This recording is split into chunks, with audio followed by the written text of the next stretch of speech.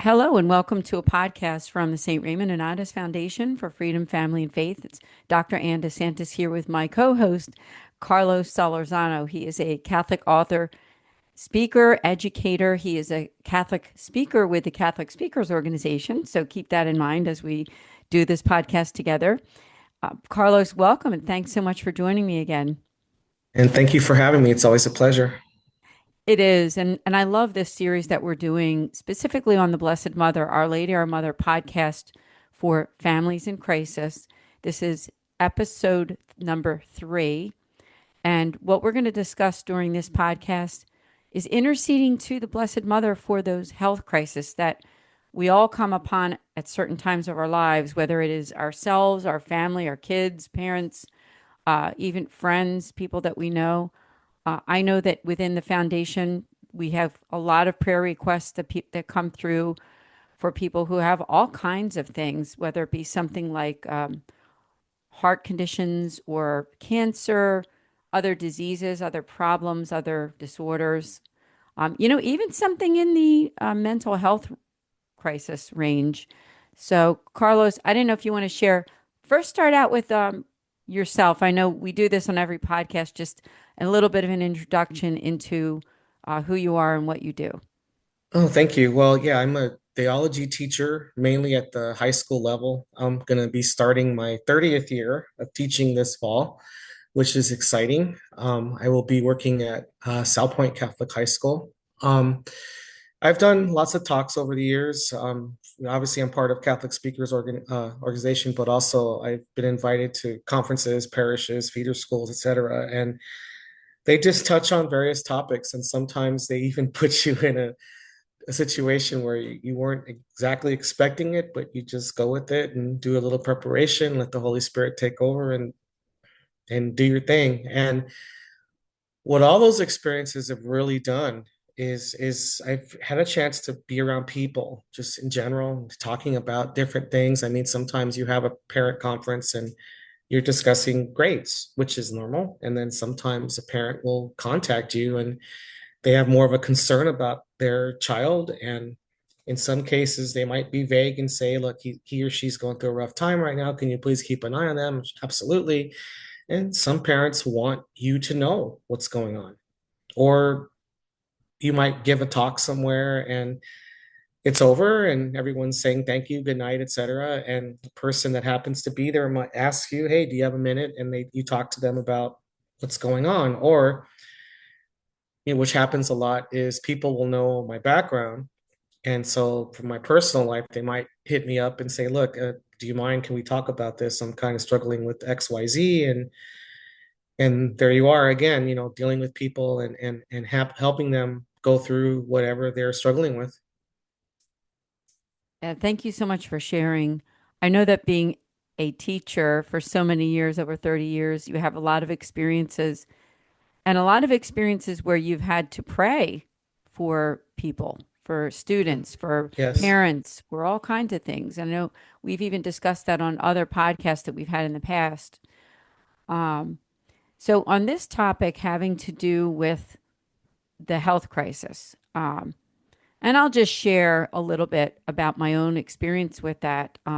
As I said, as the executive director for this nonprofit, we get people from all over the country that reach out to us for prayers. And we have priests in the religious order, the Mercedarian religious order, that take those prayer requests and they pray for the people that are really desiring for healing.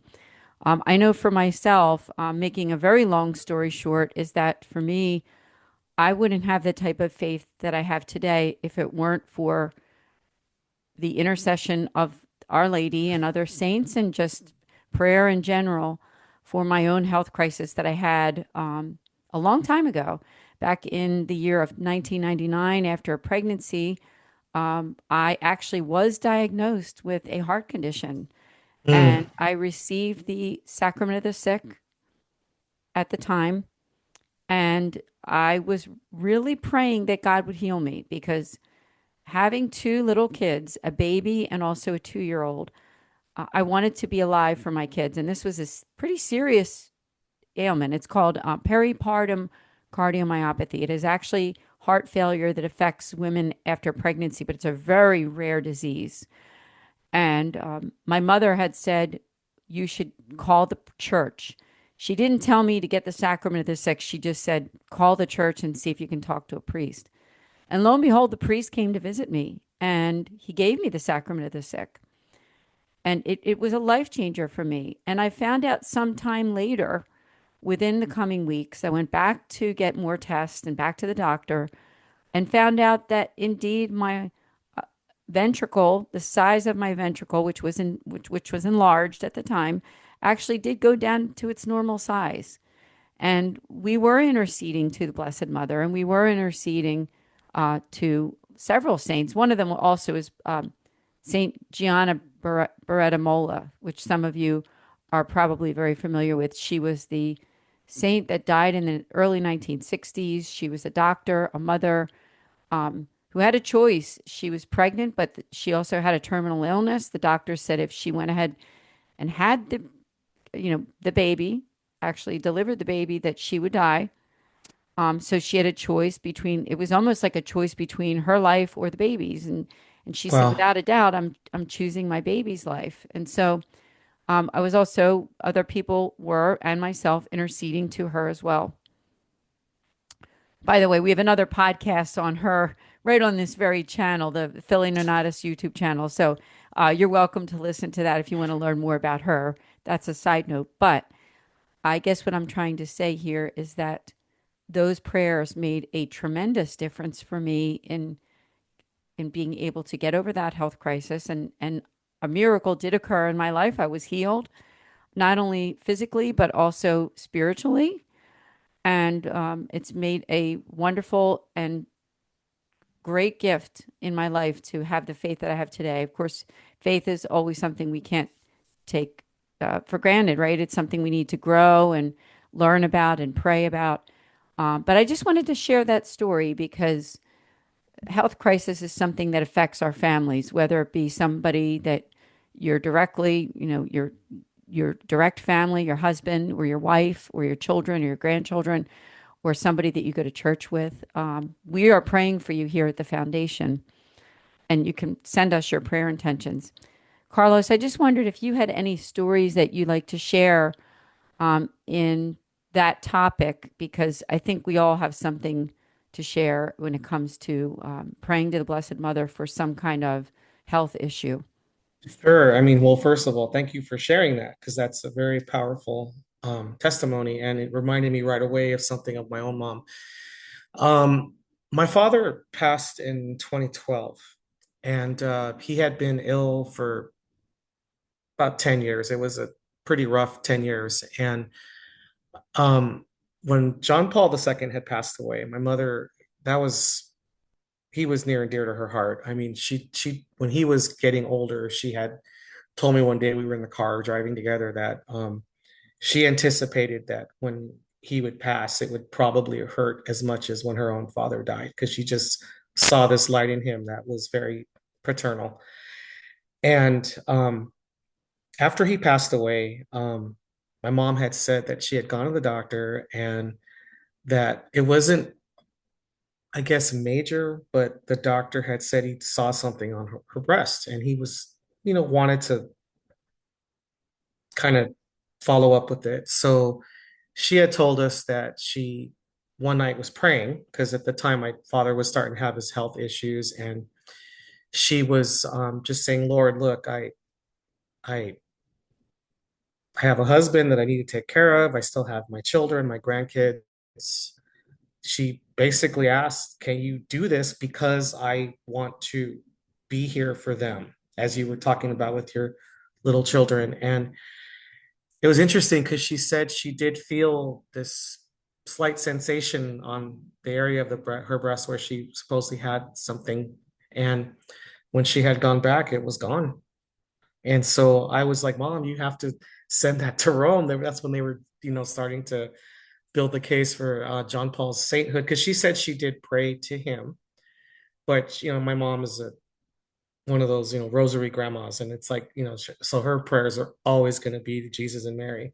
So And I can see my mom really turning to Mary because again, that the mother caring for her children and her family and just saying, look, I need to be here. Can you do this for me? And it's something that I don't really know if she's shared that with a lot of people. Obviously, she told myself and my sister. I'm assuming some of her grandkids, but again, it's one of those things where it has an impact on your faith because I don't know if I would have either of my parents here today if my mom didn't do that.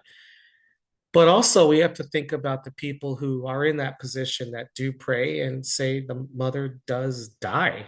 I mean, that does happen. And sometimes we have to understand that, that will occur for some of us. And when we turn to our Blessed Mother, the saints, and, Jesus, we have to understand that they're going to give us really the comfort, but also the understanding. And I think what's probably comforting for us and should be is the fact that, when we look at the crucifixion and, the passion and all that time of Christ's life, Joseph wasn't there.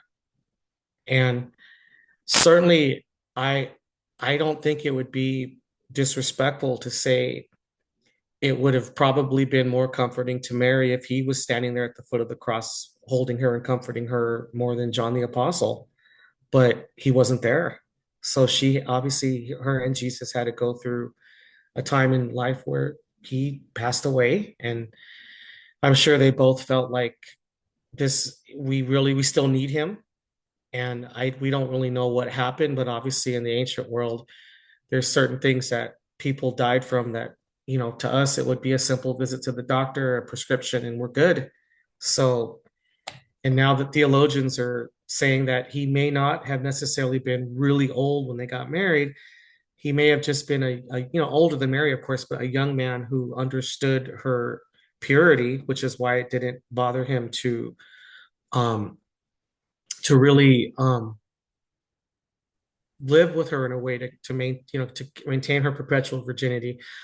Um, still they would need him. And by the way, on a side note, I'm not sure if you are familiar with this. I literally just came across this.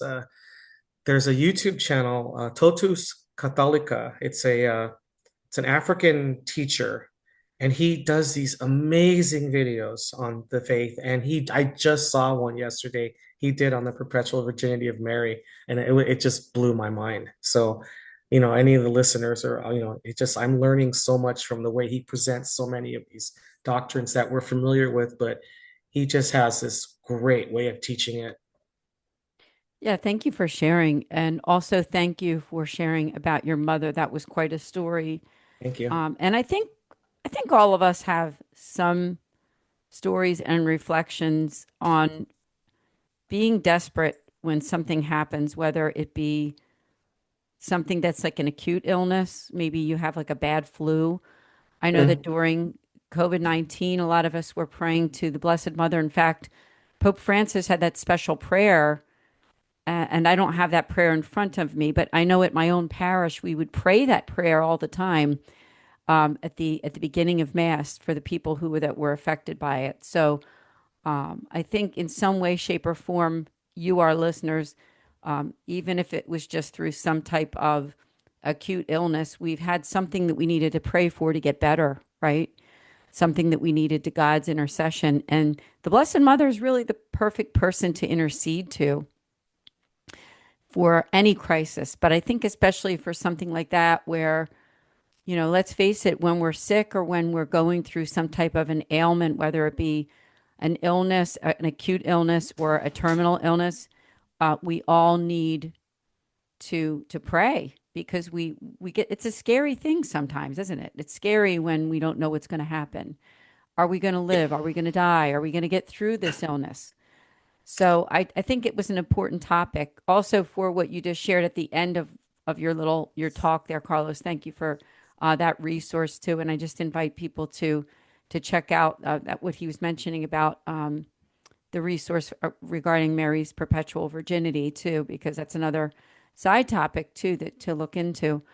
Um, but did you have any other prayers or any kind of reflections, I guess, on even times in your own life, maybe when you were sick, and interceding to your mother, because I think we all have times that, I know there's been times for me when I've had even viruses, illnesses, where I'll tell you, just to get through a day, I need to intercede to Our Lady. Um, I don't, as far as my own personal, I've been lucky. I haven't been in the hospital since I was born. And um, I think the only time I really struggled was there was 2017, end of 2017, I had fractured my leg. So I was immobile, and that drove me crazy because I'm the kind of person that, I do for myself. I mean, I remember one time sitting at the table and I had my legs in a splint, and I asked my daughter, could you warm up some water for me to make some tea? And yeah, dad, no problem. And I just felt terrible asking because I'm so used to doing for myself. But one thing I'd like to say is moms are great at sitting you down and really explaining the situation, especially when it comes to, I would say, okay, child, you're going through this because these are the consequences of your actions. And one thing I've learned, I tell my students this is, even if someone, like say if someone has lung cancer and they smoke for 30 years, it's probably not a secret how they got it. Obviously, you're not going to tell someone, hey, this is your fault, because I mean that would be very inhumane. But sometimes though, when something bad happens, you need that person to sort of tell you the truth in a very loving way, in a very honest way, to encourage them to learn from this terrible experience. Like I remember my father was, he would have been 67, 68 when he died. So he was still fairly young. But one of the things that my father's had problem that was that my father was not an active person. He worked hard. He was a teacher, but my dad wasn't one to get up and go for a walk every day, or to go for a bike ride, or be at home doing some strength training. He didn't do that, and he loved certain goodies to eat, and who doesn't? But in time, things will catch up with you, and even when he got sick, I mean, and we're asking him about, what do you have to do? I mean, he would want to talk more about which goodies he was still allowed to eat, rather than, okay, I need to make, I need to really see the positive in these lifestyle changes. I mean, I'm 53, for example, and I'm doing okay, but like, I mean, I could feel there's certain things that if I eat it, I don't feel good afterwards. So I don't eat it. So I remember, because cancer runs on my side of the family as it does my wife's side of the family. And when my father passed away, my son at the time was 9, my daughter was 5. And a month or two after the funeral and all, I mean, I sat them down and I said, this is hard, obviously, and I'm devastated by this, and I'm always gonna miss him. But I told them, look, this is something that you have to learn from, because your grandfather he was not an active person. And I try to do things every day, and as far as physical exercise, whatever. And I say you have to do that. I mean, first of all, just for the sake of your health, because the clarity you'll have mentally as well as the physical strength is good. Because I don't want them to live in fear, think, well, I better exercise because my grandfather was not active. But it's just that, to see this as a good thing for your life, because you have all these things you want to do with your life. And it's interesting because I remember this lady I met years ago, actually in Philadelphia at the Theology of the Body Institute. She's real big on fitness. And she told me, she said, on those days you're kind of tired and maybe you think, oh, I'll take a day off. She goes, remember, there's certain things you're doing physically that you should be praying actually and thanking God that you could still do these things, because there's going to come a point in your life that you can't.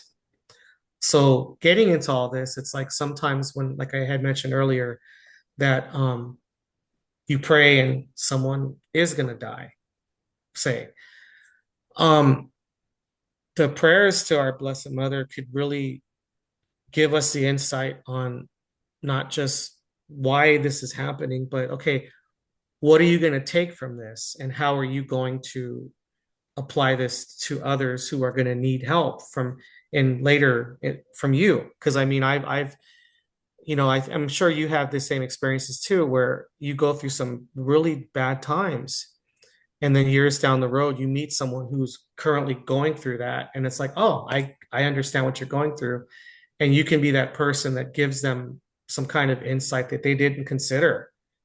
And then when you leave that conversation or event or whatever it is, you kind of walk away saying, well, obviously I wouldn't have minded not going through that in my life, but in some ways I'm kind of glad I did because I was able to help this person who's going through this right now.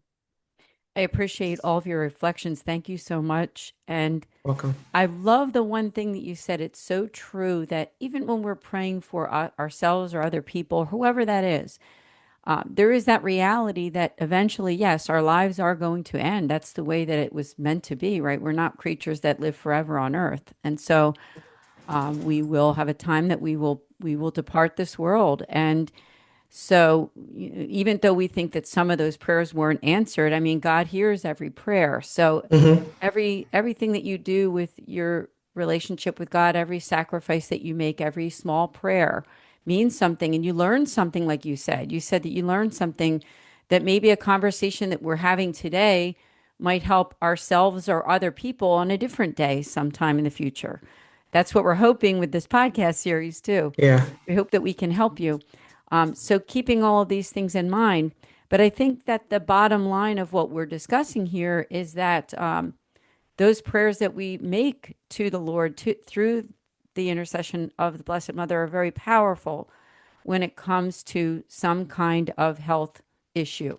Now, the other issue, which we might even do a particular podcast just on this, but one of those other health crises could be something to do with mental health. And I yes. know we get a lot of that with our foundation. We get a lot of people that reach out to us that maybe they're going through depression or anxiety, or maybe it is some kind of a personality disorder or bipolar disorder or something that you're dealing with yourself or spouse or child or grandchild, whoever that is. Please know that we always keep those prayer intentions very seriously, and we do pray for all of them. But I didn't know, Carlos, as we're headed toward the end of the podcast, if you had any reflections on that, because don't you think that praying for those either psychological or mental health crisis is also very worthy of our prayers? Absolutely. And I think we're living in a great time right now because we're seeing employers now who, you have your quote unquote sick days, but they also have now more mental health days. So, say you work for some firm and it's this huge project and it's really weighing you down. So, you kind of tell your boss, look, I'm going to take a mental health day Monday because I need to.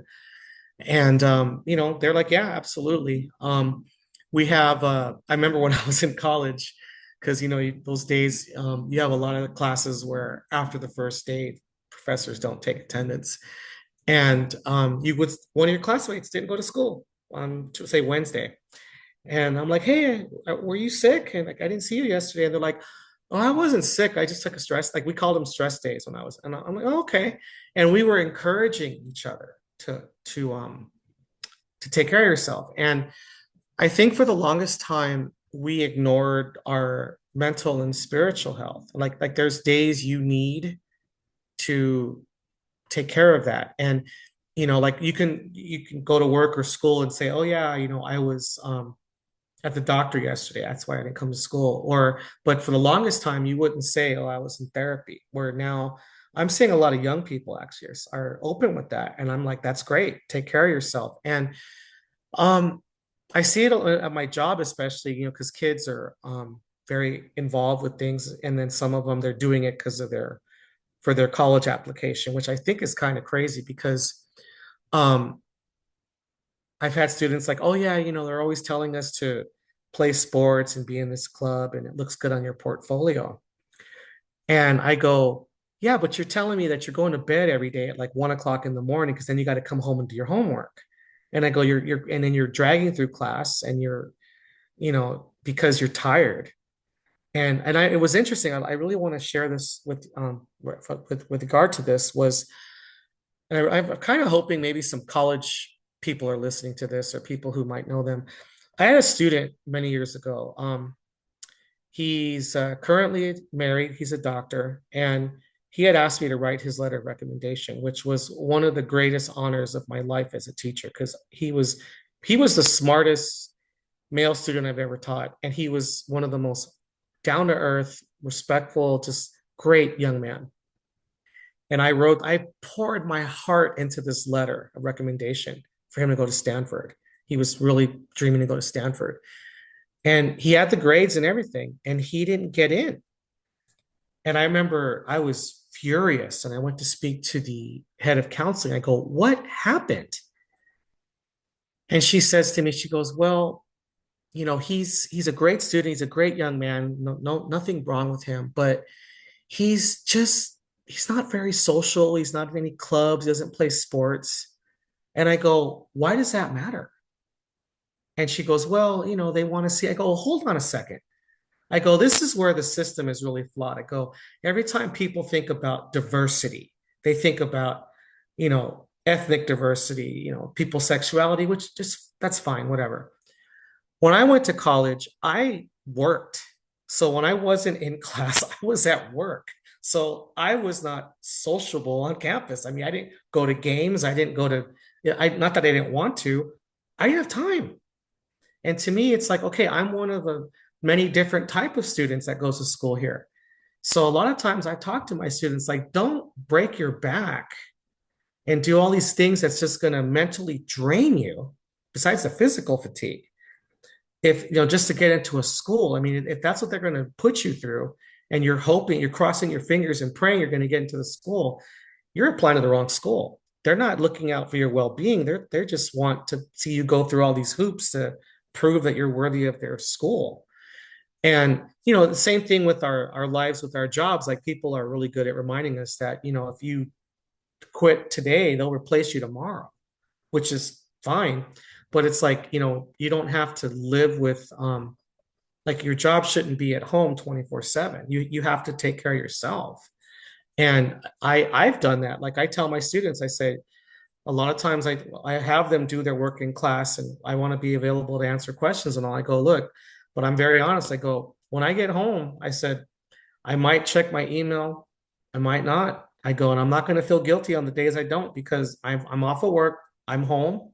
I'm with my family, and or I'm doing other things." And sometimes even taking a day off and just resting is not a bad thing. People sometimes, I mean, I appreciate and I'm inspired by people that work hard, but not if it's really gonna be a detriment to your mental or physical health.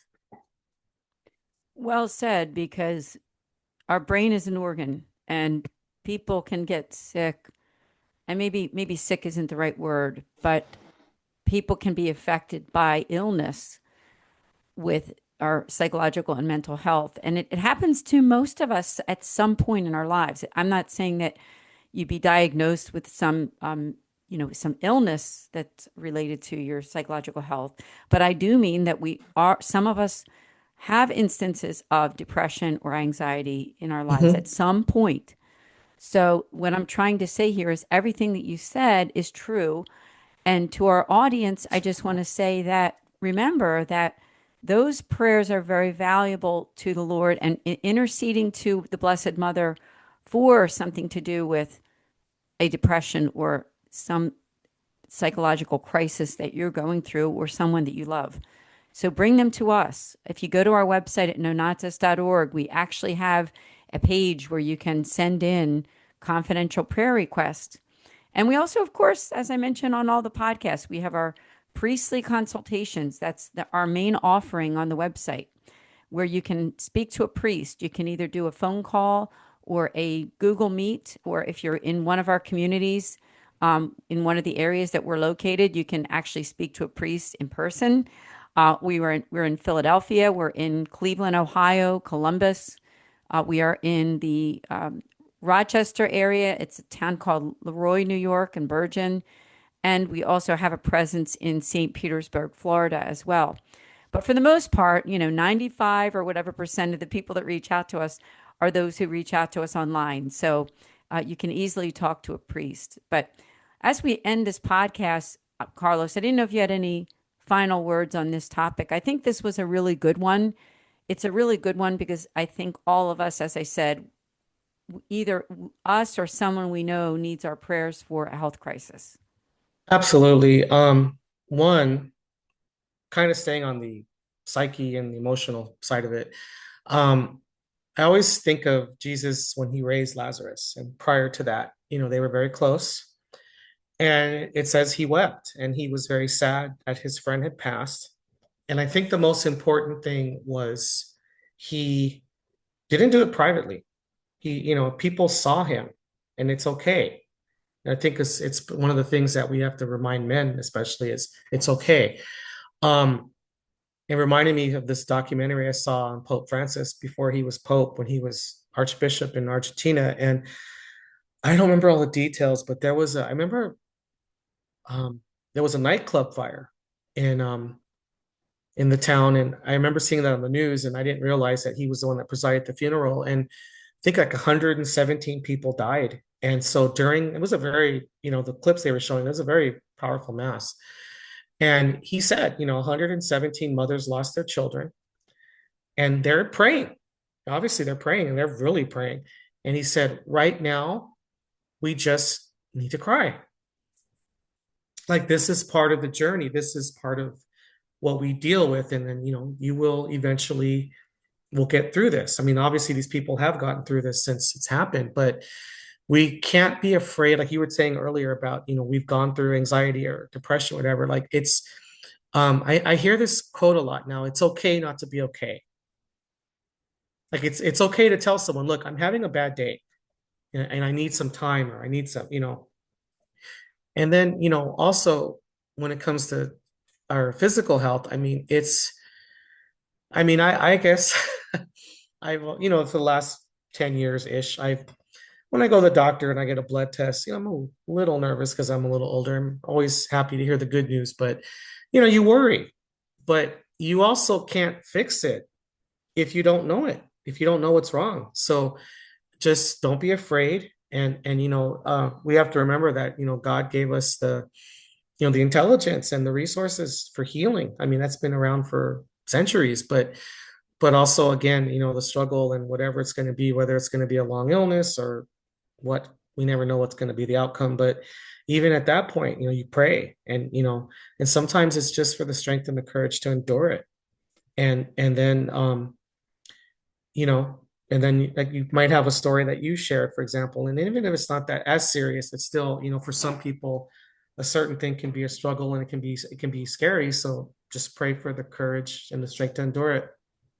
So wise, and it's true. And I appreciate the story that you mentioned about Pope Francis too, and any of those reflections on popes or saints that they give us some wisdom to help us on this journey, right? And so I appreciate that. And this is going to be a great series. And I say gonna be because we're only in episode 3. Just a reminder to all of you that we meet for a podcast once a month, where we premiere on the first Tuesday of every month at 8 p.m. Eastern Time on the Philly Nonnatus YouTube channel, which is the podcast for the St. Raymond Nonnatus Foundation.